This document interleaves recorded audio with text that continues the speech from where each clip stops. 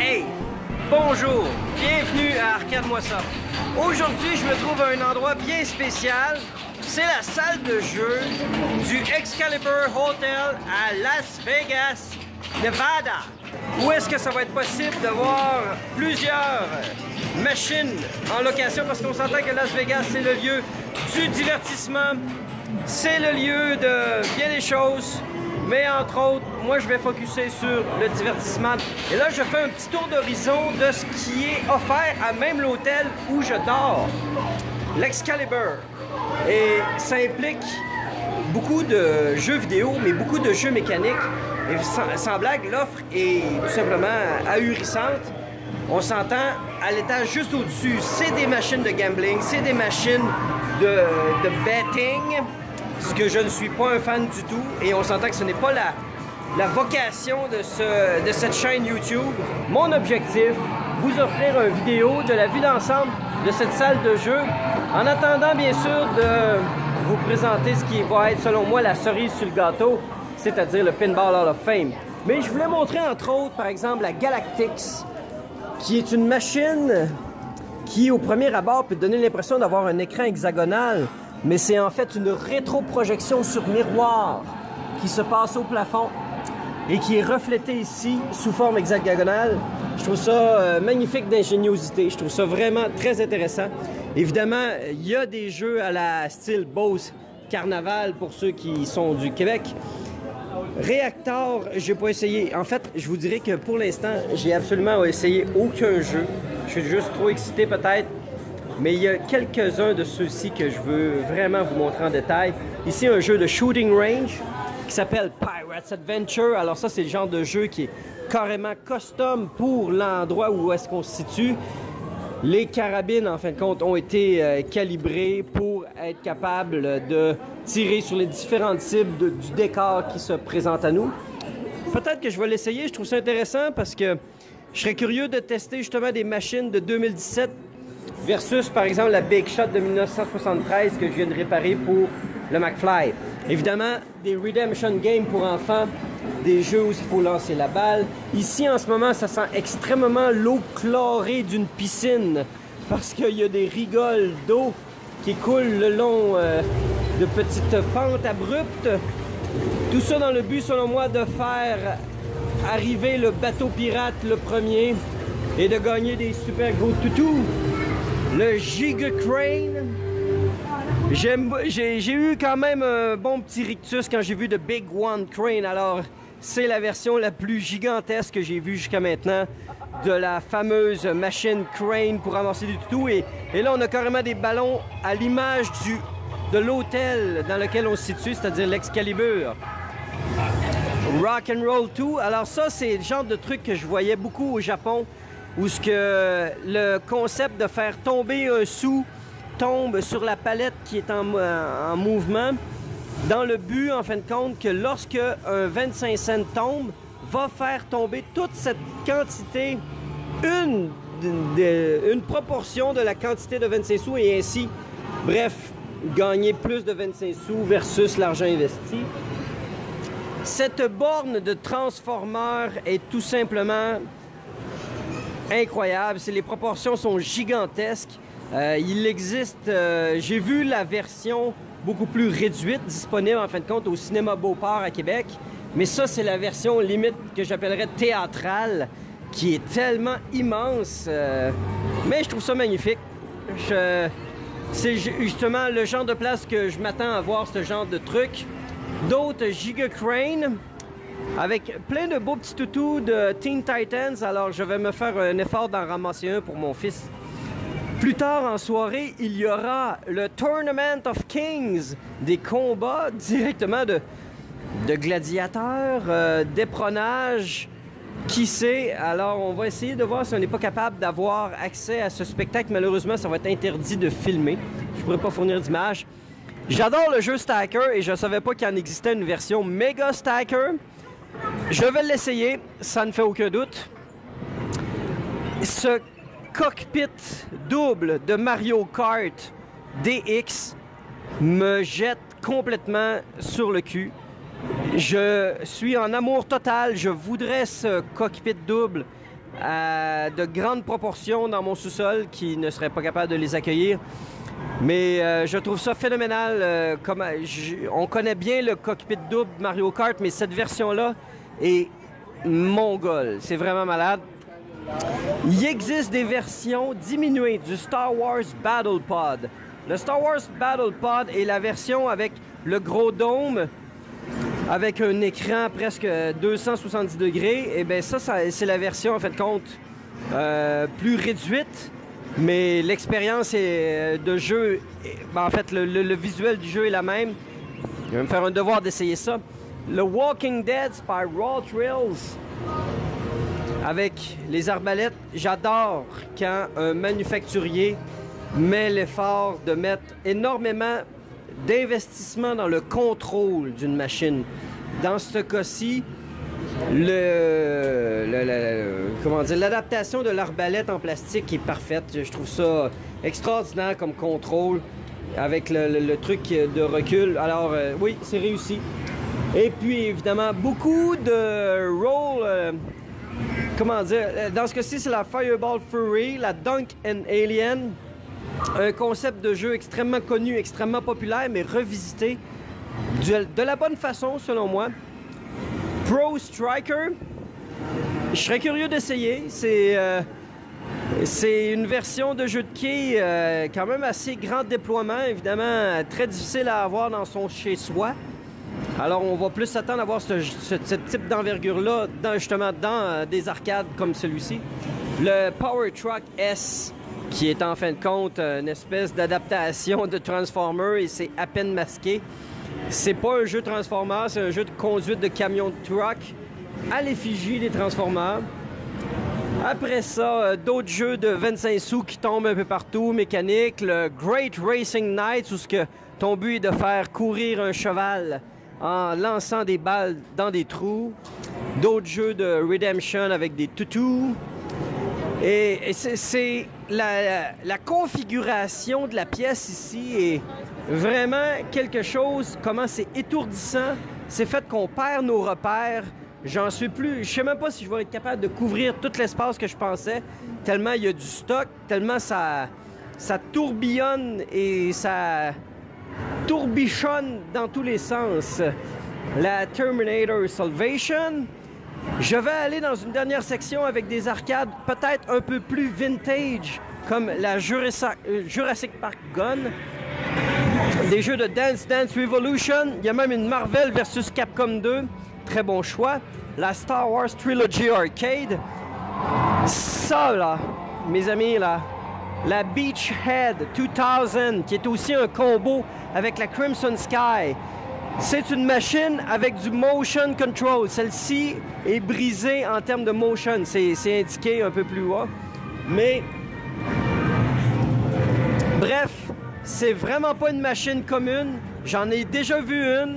Je connais quelqu'un qui en a une, mais qui manque une portion du dôme. C'est impressionnant à voir. La Airline Pilots de Sega, je savais même pas que ça existait. Ça, là, c'est une découverte. C'est une machine fin 90, selon moi. Tout comme la Cruisin' Exotic Decay, Snowcross, du dynamo, du billard, Monster High, qui est du Resident Evil à peine déguisé, une grande offre de Super Shot, une Crazy Taxi. Hein, il y a des jeux comme ça qui ont su passer à travers. Écoute, c'est difficile à penser, là, mais ce jeu-là, il y a 20 ans. 20 ans. Special Edition Dead Storm Pirates. Et franchement, là, Raw Thrills, ils mettent le paquet dans leur cabinet. Regardez-moi cette offre de Cruisin' Blast, qui est parfaitement dans la lignée des Cruisin' Exotic, Cruisin' America, Cruisin' USA, et voilà, nanana. Alors, ça continue, cette fois avec Cruisin' Blast, dans ces 4 cockpits linkés ensemble. Extraordinaire. OK. Là, vous allez vous dire, ouais, mais y a-tu du pinball là, quelque part dans cette place? Il y en a. Il y a un peu de pinball, selon moi, vraiment pas assez.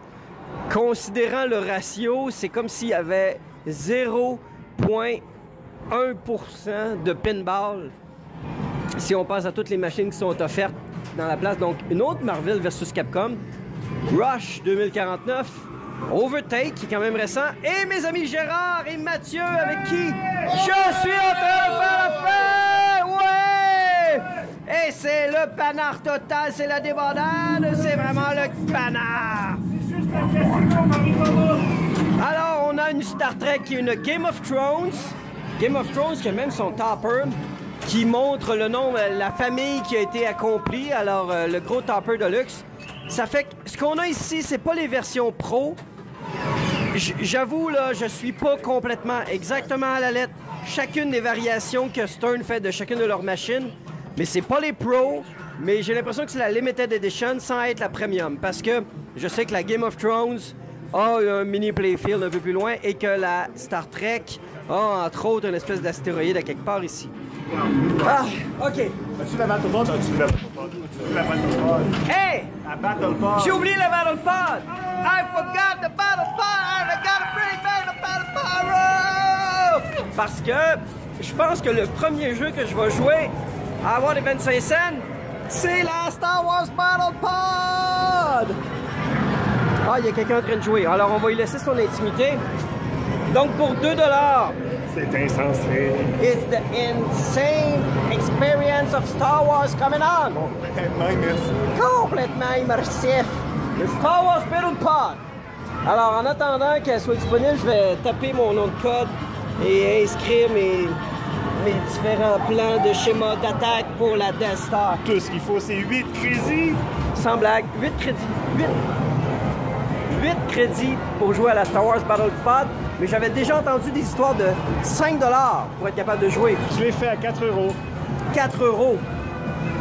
Et que même si t'es super bon et que tu finis la mission, la partie se termine. Ça y est, grand moment pour moi, enfin dans la Star Wars Battle Pod, je vais insérer 8 crédits pour jouer. And we've got it right now. And 1, 2, 3, 4, 5. What happened, man? J'ai-tu commencé la game sans le vouloir? Non, il en faut 4 autres. Ok, 4.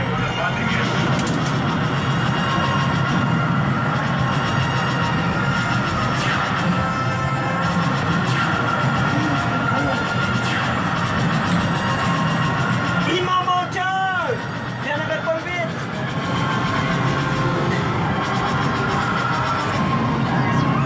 Merci!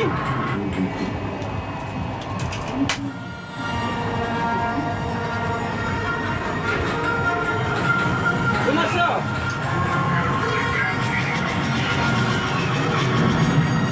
Il n'a pas capté le dernier.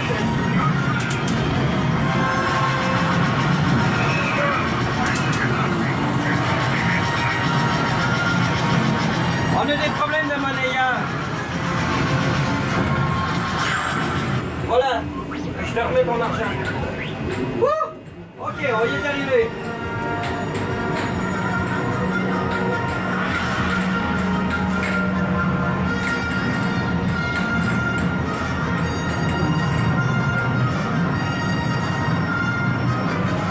On y va avec Death Star 2. C'est le Faucon Millennium après tout. Ouais, c'est le Faucon. Destroy the Death Star. Make it burst into oblivion.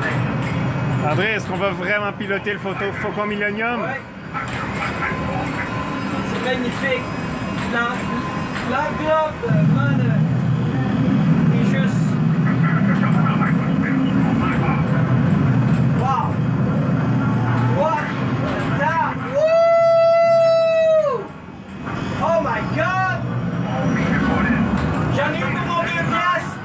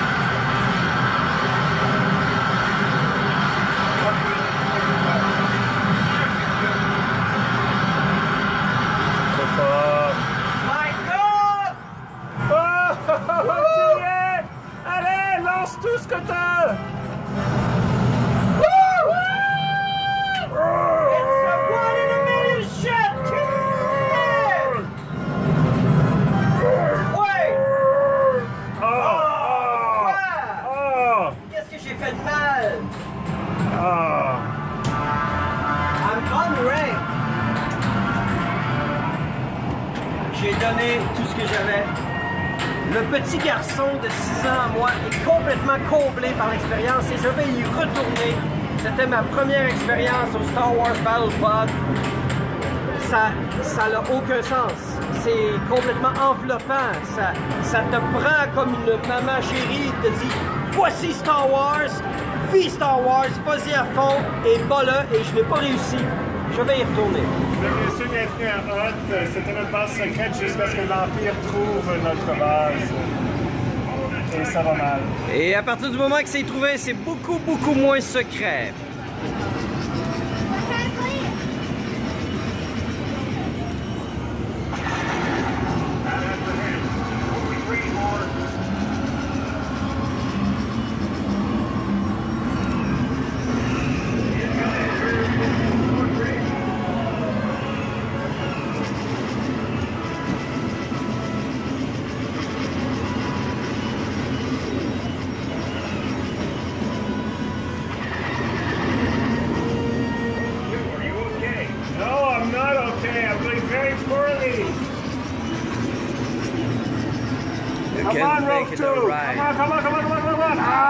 Vous n'êtes pas dans le même véhicule, toi t'es comme dans un snow speeder, puis Mathieu il est dans...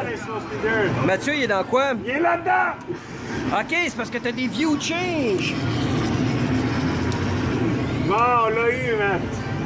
Mais Mathieu n'est pas très en forme, et moi non plus. Jamais joué, Steve. Ah, mais j'en ai mis pas ça, moi. Oh, il s'est retourné!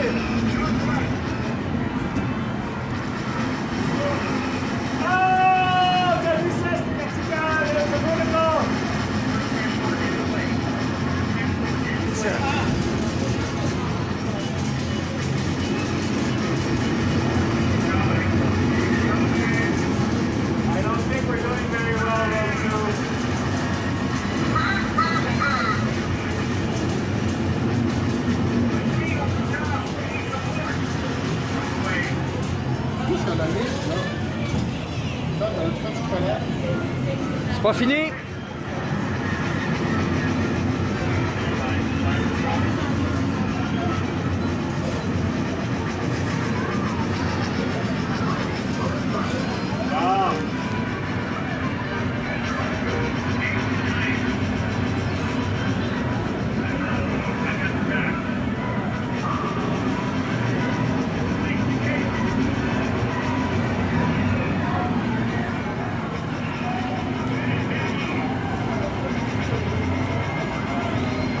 Tire-y dans le cou!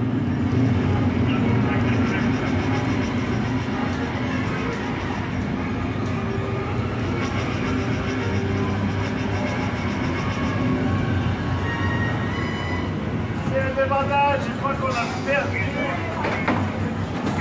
On a perdu le transport.